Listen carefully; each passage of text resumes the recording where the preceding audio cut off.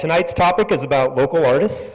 We have 4 speakers who will share their stories about being artists, where they get their inspiration, how they manifest their ideas into their work, and generally what it's like to call yourself an artist in Durango. Rosemary Mez DesPlas is known for exploring gender, sexuality, and identity issues through hand-sewn human hair drawings, watercolors, and on-site drawing installations. She parallels the theme in her artwork with written and spoken word performances. Rosemary has exhibited in New York City, South Korea, Santa Fe, New Mexico, San Francisco, and of course in Durango. Flowing, frizzy, puffy, wispy, wavy, curly, shaggy. Let's talk about hair art.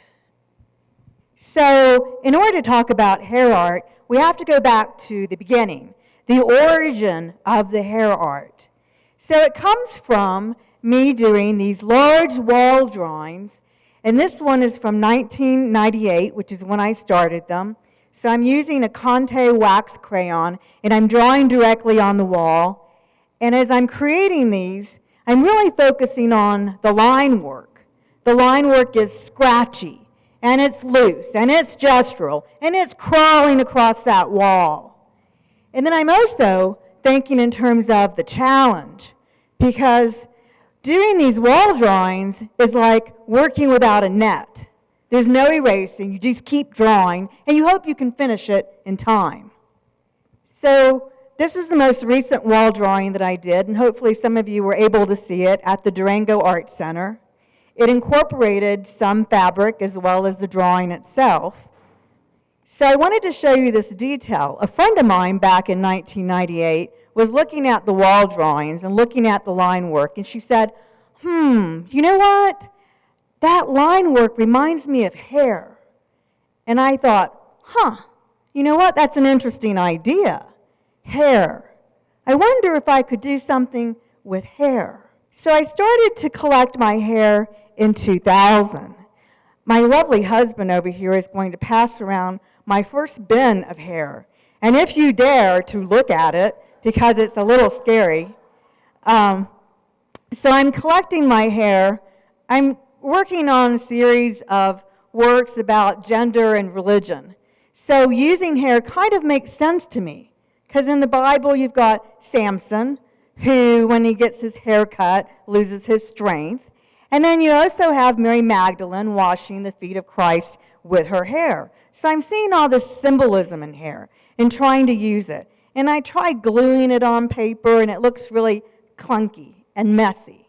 And so I think, I'm going to try sewing it. I didn't know how to sew, okay? I'm not a sewer. So in this piece, and this is my very first hair drawing, really the hair is at the top, at the bottom, and just in small spots on the figure. But it's not a lot of hair, okay? I was just learning. So you might wonder, well, why would you want to work with hair? And I really thought about this myself, too. And I thought, you know what I like about it? I like the fact that hair has a dichotomy to it. You know, if you see it on a woman, and it's long and luxurious, you want to go and touch it. It attracts you.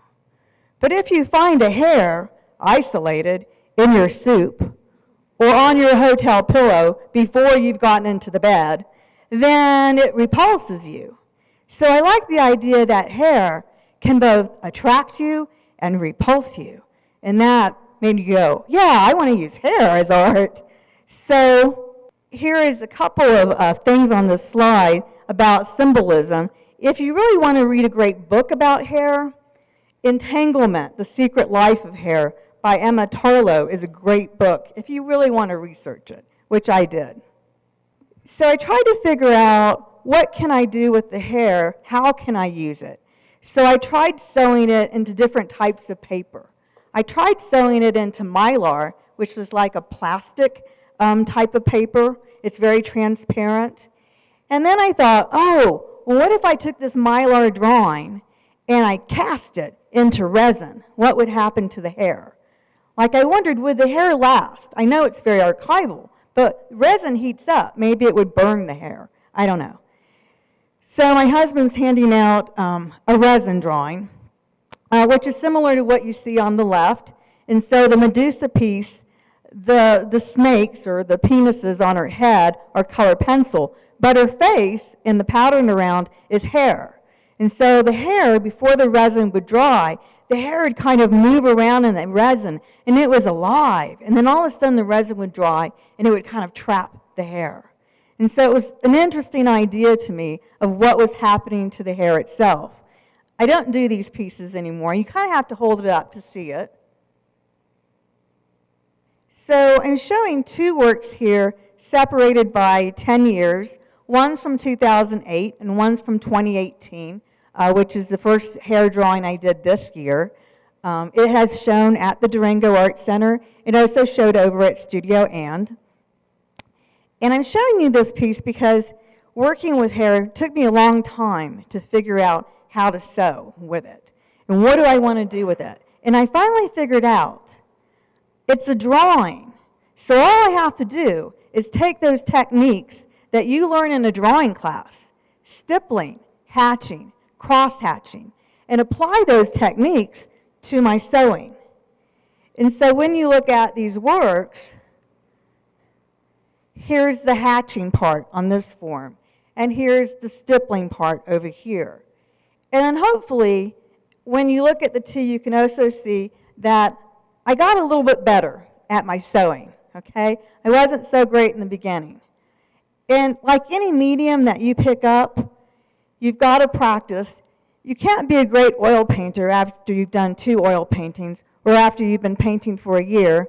So it took me 10 years to get more proficient with using hair. So these works are about body image, and I was looking at art history and examining the depiction of breast and buttocks in art history, but just looking at the female form. And I'm showing you these pieces because of the one on the left, which is called Personages. In this work, if you look at it, I did something really different, and I don't know if y'all can tell. All the other pieces, I would take the one hair color, whatever I had dyed it, and start sewing. But Personages is the first one where I thought, you know what, and this is a simple idea, but it took me a while to figure it out. I can take my hair from 2002, that was red, and I can take my hair from 2006, that was dark brown, and I can put them together in the same drawing. So that's what I did here, is I'm dyeing my hair all these different colors, all these years, and finally start to put them in the same work so that I can get different tones and different values. So this is Cry, Die, or Just Make Pies, and it's from a series about girls and guns. And I had created this series. There were watercolors and then the hair drawings.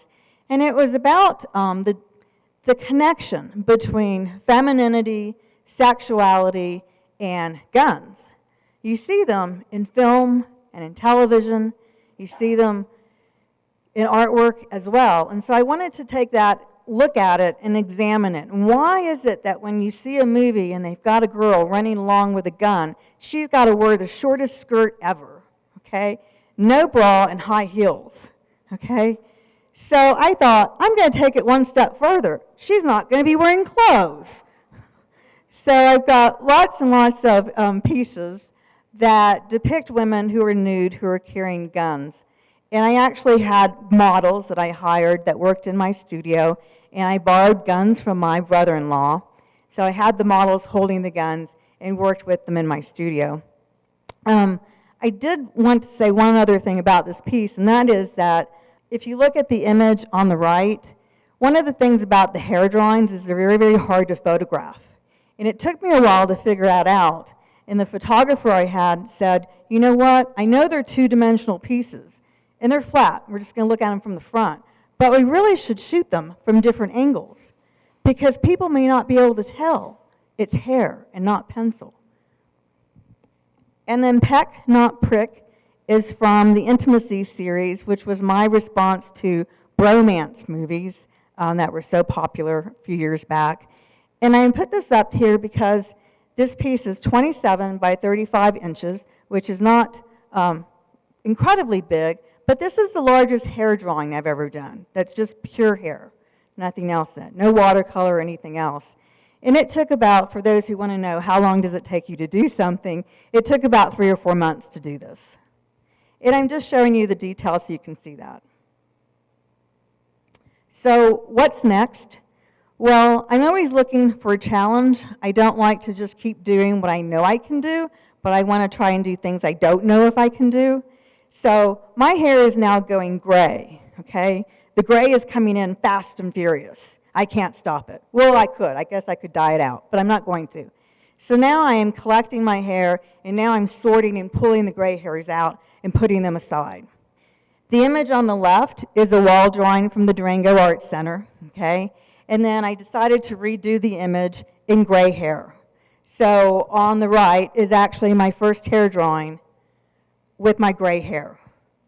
So I've just finished that one.